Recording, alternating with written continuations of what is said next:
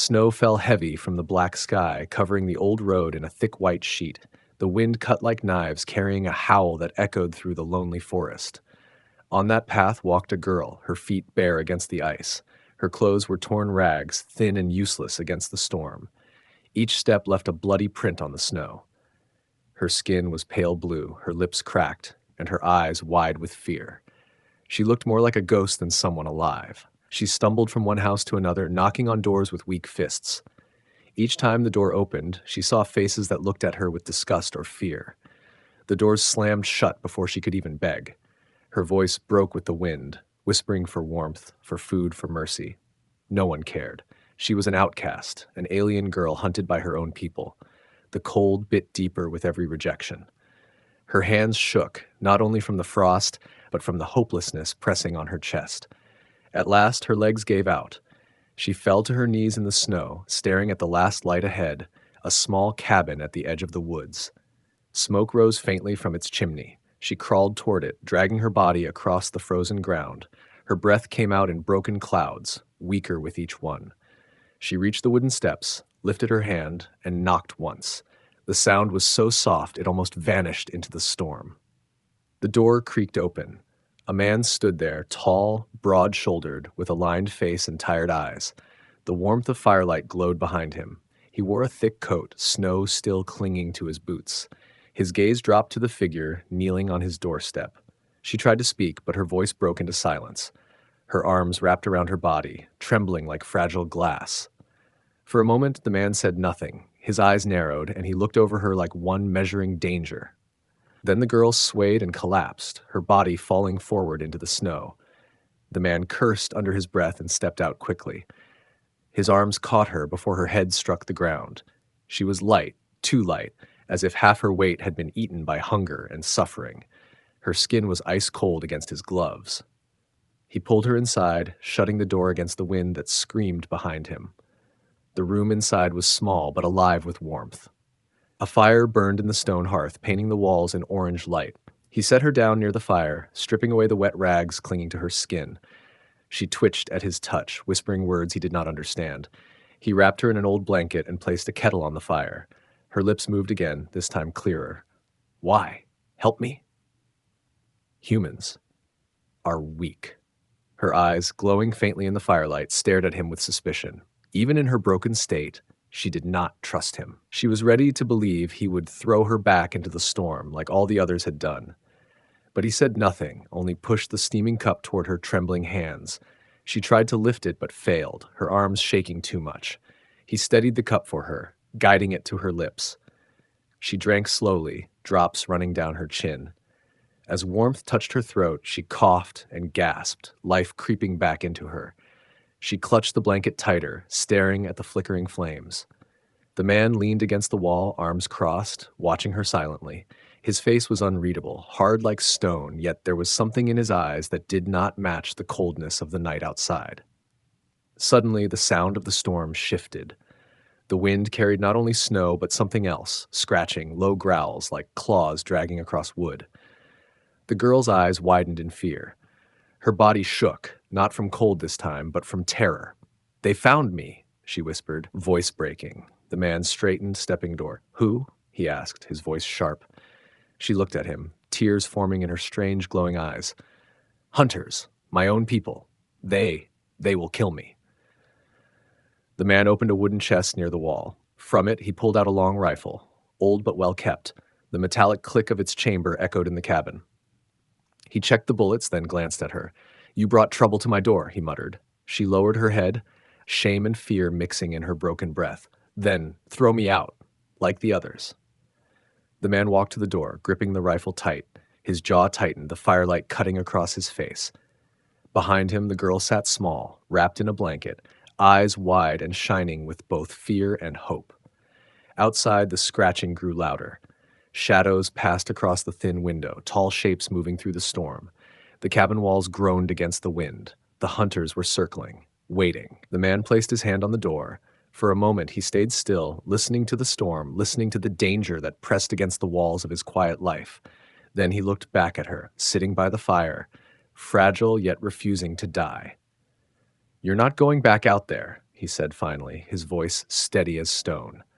The girl's eyes filled with tears. She clutched the blanket and whispered, almost unbelieving, "Why?" He lifted the rifle, his face grim, because no one deserves to die in the snow. The wind howled louder, the claws scraped harder, and the cabin trembled like a drum of war. The girl pulled the blanket tighter around herself, her breath shaking, waiting for what would come next. The man stood ready by the door, firelight burning on his back as shadows moved closer to strike. The fire crackled, throwing sparks that danced against the dark walls. The girl sat wrapped tightly in the blanket, her pale face glowing faintly in the flicker of the flames. Steam still rose from the cup she held with weak hands, though most of its warmth had already cooled. She kept her eyes fixed on the door, as if the wood itself might burst open at any moment. The man moved across the cabin with slow, heavy steps, the rifle never far from his reach. He checked the locks on the windows, slid the iron bar across the door, and let out a low breath. His silence made the girl uneasy, yet somehow safer than all the words she had ever heard from others who had pushed her away. "You should rest," he finally said, his voice rough from years of cold nights and hard work. Her head shook quickly, strands of icy hair falling across her face. "If I sleep, they will come. They always come. They won't get through my door." The certainty in his tone made her look at him differently. She had never heard anyone speak like that, not about her, not when the hunters were involved. Still, her body trembled. She pulled the blanket closer, hiding half her face. "Why do you risk yourself? You don't even know me." The man crouched near the fire, feeding another log to the flames. Sparks leapt upward, painting his face in shadow. "I don't need to know you. You were dying on my doorstep. That's enough." Her lips pressed together as she tried to understand those words. Where she came from, no one gave without reason. Every act of kindness had a price. His answer did not fit into her world. She lowered her gaze, whispering, "Humans, strange creatures." The storm outside raged stronger, the wind slamming against the cabin walls like fists. Snowflakes rattled against the window glass. The man's eyes moved toward the sound, hard and watchful, but he did not open the door. He poured himself a small cup of the broth, drank it in silence, and returned the kettle to the fire. The girl studied him when he wasn't looking. His movements were steady, calm, almost stubborn. There was no fear in him, only quiet resolve. She found herself clutching the blanket tighter, not because of the cold anymore, but because she could not understand why he had chosen to let her live. Her voice was barely audible, almost swallowed by the storm. "If they come, they won't stop. They'll tear this place apart. They'll kill you." He stood, his tall frame casting a long shadow across the firelit floor, his eyes, sharp and weary, turned toward her. "Let them try." The way he said it froze her more than the storm had. She had seen warriors before, men who carried blades and shouted their pride. They all fell when the hunters came, but this human, sitting alone in a wooden cabin at the edge of the world, spoke with the weight of unshaken stone. Her breath caught as another sound broke through the wind. A distant howl, long and low. Her body stiffened, and she pulled the blanket over her head as if it could hide her. The man glanced at her, then at the fire. He added more wood, making the flames roar higher, as though daring the shadows outside to come closer. "You don't have to hide here forever," he said, his tone softer now. "But tonight, you're safe." Safe. The word sounded foreign to her ears, almost painful. She lowered the blanket just enough for her glowing eyes to meet his. "No one has ever said that to me." For a moment, his face changed, the hard lines easing into something gentler. Then he looked away, tightening the strap on his rifle. "Then it's about time someone did." The storm pressed harder against the cabin, but inside, the firelight spread its warmth. She stayed close to it, her body thawing slowly, her heartbeat steadying. The fear did not leave her, but something else crept in alongside it. Something small, fragile, yet powerful enough to keep her breathing. Outside, claws scraped faintly against the wood once more. The man's head lifted, eyes narrowing. He raised the rifle, standing between her and the door. She gripped the blanket, frozen with dread, but for the first time, she felt she was not alone. The night deepened, and the storm outside twisted into strange whispers carried by the wind. The girl sat close to the fire, her eyes half shut but never fully closing. Every time the logs cracked, she flinched, clutching the blanket as though it were her only shield. The man sat by the window, his rifle balanced across his knees. His gaze was fixed on the glass, where shapes sometimes flickered in the snowstorm, too tall and too steady to be tricks of the wind. The scratching came again, this time louder, dragging across the door with deliberate rhythm. The girl's body stiffened, her lips trembling with silent words she did not dare speak. He looked at her, reading the fear in her expression, then turned back to the door. The hunters were real. They've followed you far, he muttered. Her eyes widened, the firelight reflected in their strange glow. They never stop. Once marked, I am nothing but prey. They will hunt until they taste my blood. The man stood, his boots heavy against the wooden floor. He pulled open the small cabinet near the wall, taking out old cartridges, his hands moving with the calm of someone long used to danger. He began to load his rifle with slow precision, the clicks sharp in the silence. You can't fight them, she whispered, her voice breaking. Not alone, not you. He looked back at her, his jaw set.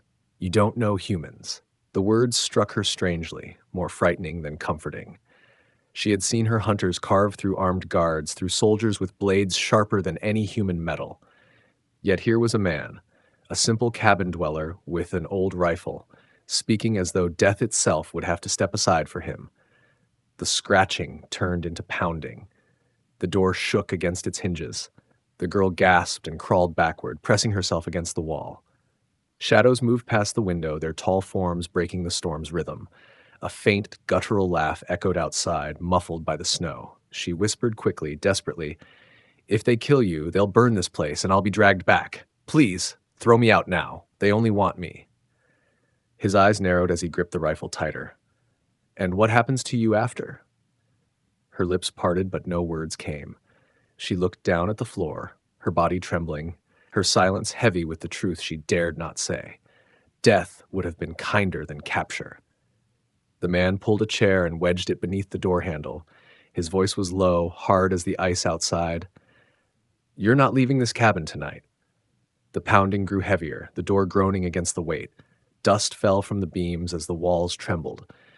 Her breath came fast, her hands pressed tight over her mouth to keep from crying out. The man raised his rifle, his shoulders squared, his eyes fixed on the door. Suddenly, the noise stopped. Silence hung thick, broken only by the howl of the wind. The girl's chest rose and fell quickly, her glowing eyes darting to the man. She whispered, They're waiting. They always wait until fear breaks the soul. The man's lips pressed into a line, his finger steady on the trigger. He did not speak, but his presence filled the room with something she had never felt before. Not power, not strength, but defiance. From the roof above, claws scraped slowly, moving across the wood. Snow fell down the chimney, hissing as it hit the fire. The girl gasped, clutching the blanket close, while the man shifted his aim toward the ceiling. The hunters were not only circling, they were already inside their walls. A deep voice rumbled through the storm, words in a language she knew too well. Her eyes flooded with terror as she translated in a broken whisper. They say your blood will warm them first. The fire popped, casting tall shadows across the walls. The man tightened his grip on the rifle, his voice cutting through the storm like steel. Let them come. The girl closed her eyes, her heart pounding. For the first time, she did not pray for the storm to end. She prayed the human's strange courage would be enough to face what waited in the dark. The first blow shattered the silence. The door crashed inward, splinters flying across the room, and the cold rushed in like a living thing. The girl screamed, her body shrinking against the wall, but the man was already moving. His rifle fired, the sound deafening inside the small cabin. One shadow staggered back into the snow, a dark shape collapsing without a cry. Another figure ducked low, slipping inside. Its eyes glowed faintly, its mouth filled with sharp teeth. The hunter lunged toward the firelight, but the man swung the butt of his rifle hard, cracking against its jaw.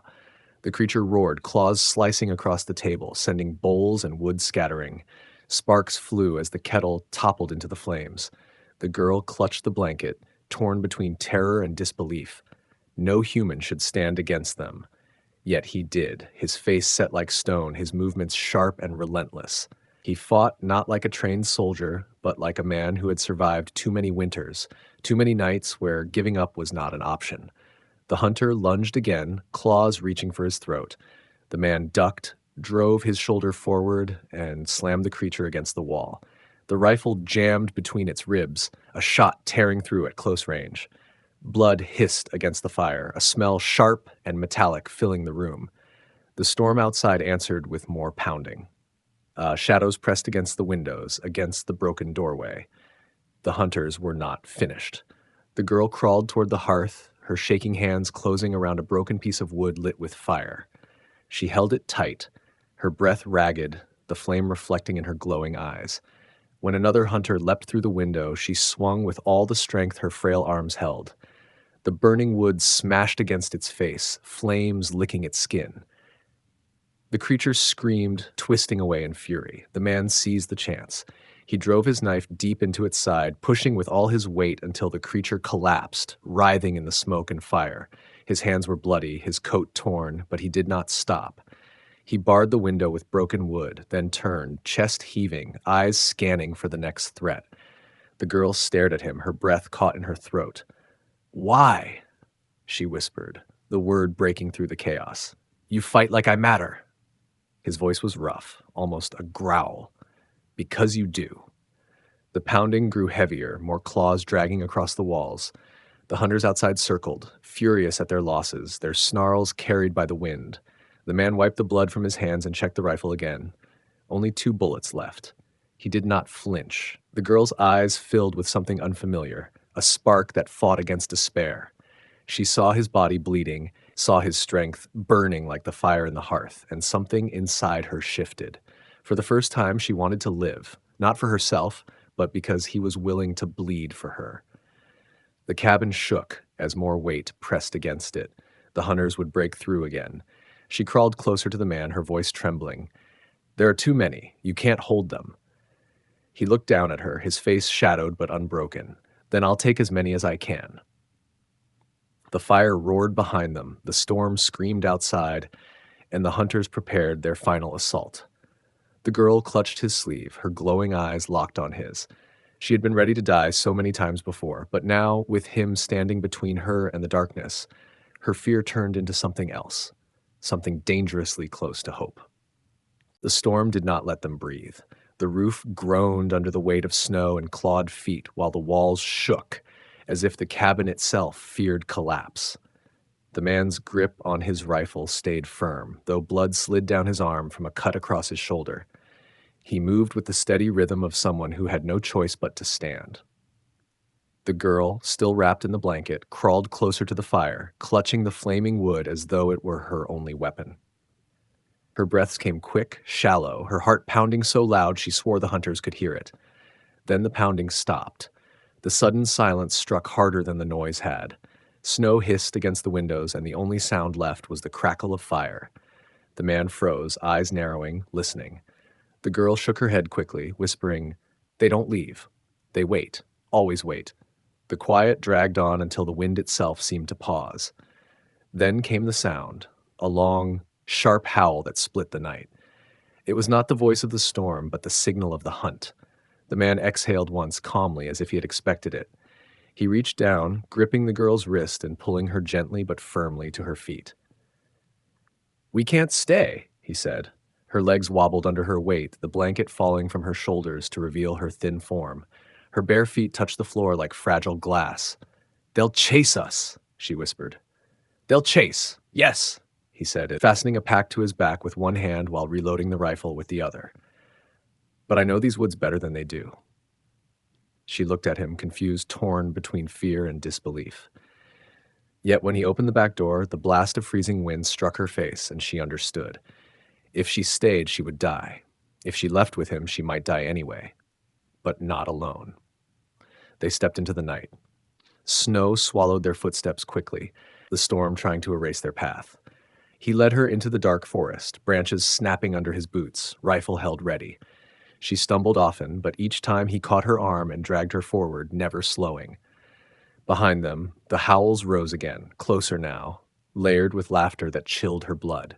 She clung to his coat, her breaths ragged, whispering prayers to stars hidden by the storm.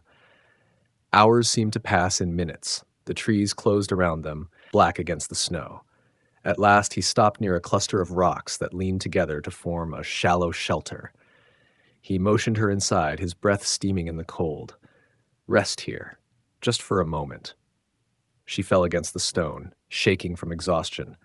The firewood in her hand had burned out, leaving only smoke and ash. She stared at him through blurred vision, his figure outlined against the storm as he stood guard at the entrance.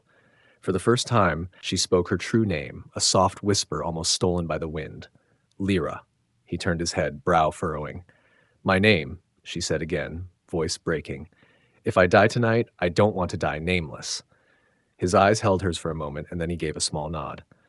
Lyra, he repeated, the sound of it steady and sure, as if claiming it against the storm. She closed her eyes, but only for a heartbeat.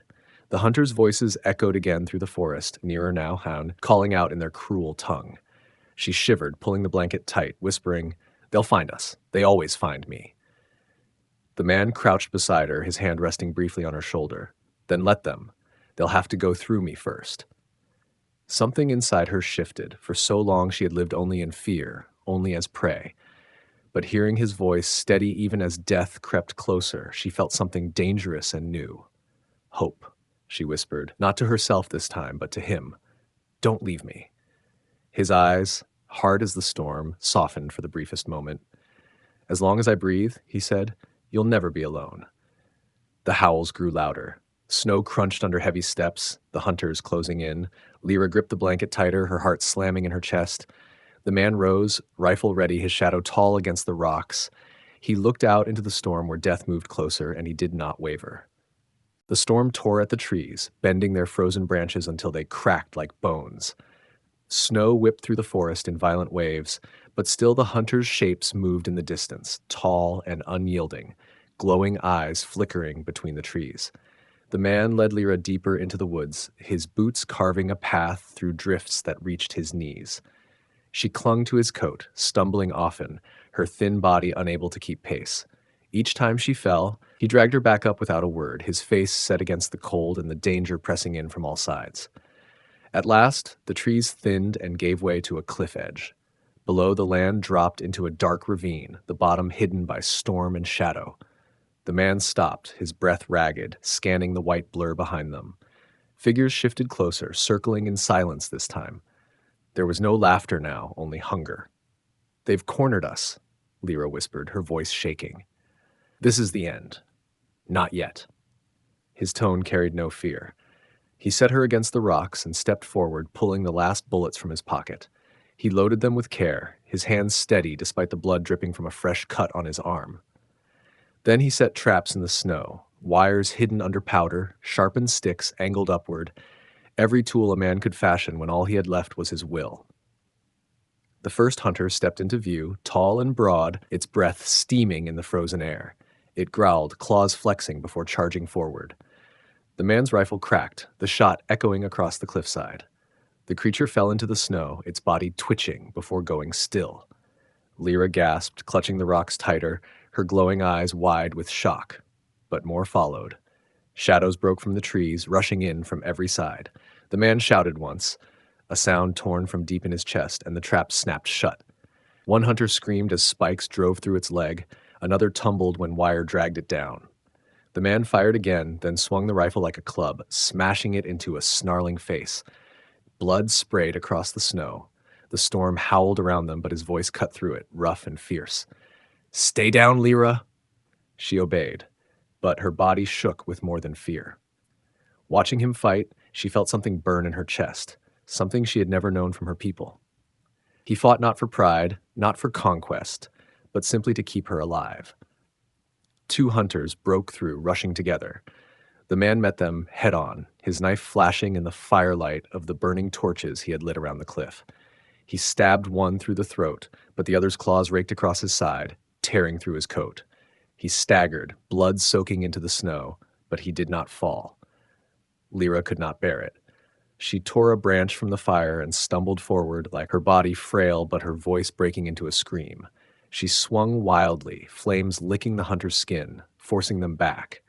The man turned his head just enough to see her, and for a moment their eyes locked. Something unspoken passed between them. She was no longer just prey, and he was no longer alone in this fight. The last bullet left the rifle with a thunderous crack, striking the largest of the hunters in the chest. The beast collapsed, howling, but still clawing toward them as if death itself could not stop its hunger. The man, panting, dropped the empty rifle and raised his knife again, ready to finish what the storm had begun. The cliffside became a battlefield of blood and fire, snow stained dark beneath their feet. The hunters circled tighter, their growls filling the night, waiting for the moment to strike again. The man's shoulders rose and fell with each breath, his strength nearly spent. Lyra stood beside him, clutching her burning branch, her fear burning into resolve. The storm screamed over the cliff, carrying the echo of death with it. And yet, side by side in the fire's glow, human and alien stood against the dark together. The last hunter lunged, its claws raised high, its roar tearing through the storm. The man pushed Lyra back against the rocks and stepped into the strike. The knife in his hand drove upward with brutal force, sinking into the creature's chest. For a heartbeat, the world froze, snow swirling, fire hissing, his breath steaming as the beast loomed over him. Then it collapsed, crashing into the snow at his feet. Silence followed, broken only by the crackling of the burning branches scattered across the ground. The man staggered, blood dripping from his side. He braced himself against the rocks, his chest heaving. His coat was shredded, his strength nearly gone, but his eyes stayed fixed on the tree line. No more shadows moved.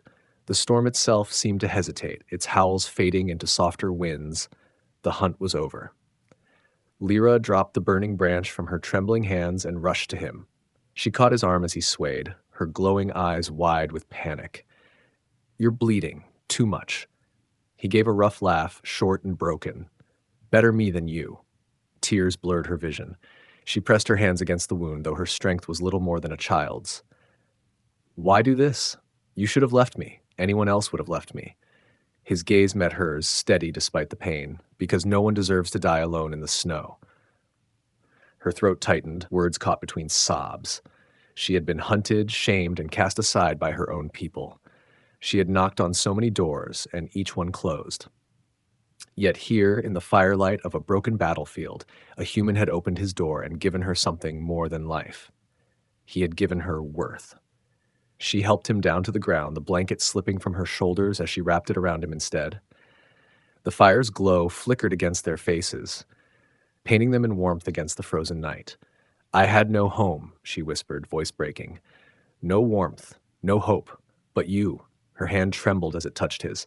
"You gave me all three." He leaned back against the rocks, his strength nearly gone, but his hand tightened around hers. For the first time since the storm began, his expression softened. "Then stay. Stay forever inside." Her tears spilled freely now, falling onto the blanket as she nodded. "I will." The forest grew still. The storm began to fade, the snow falling gentle now, covering the bodies of the hunters.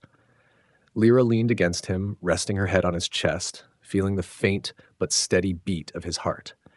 In that rhythm, she found something she had never known: safety.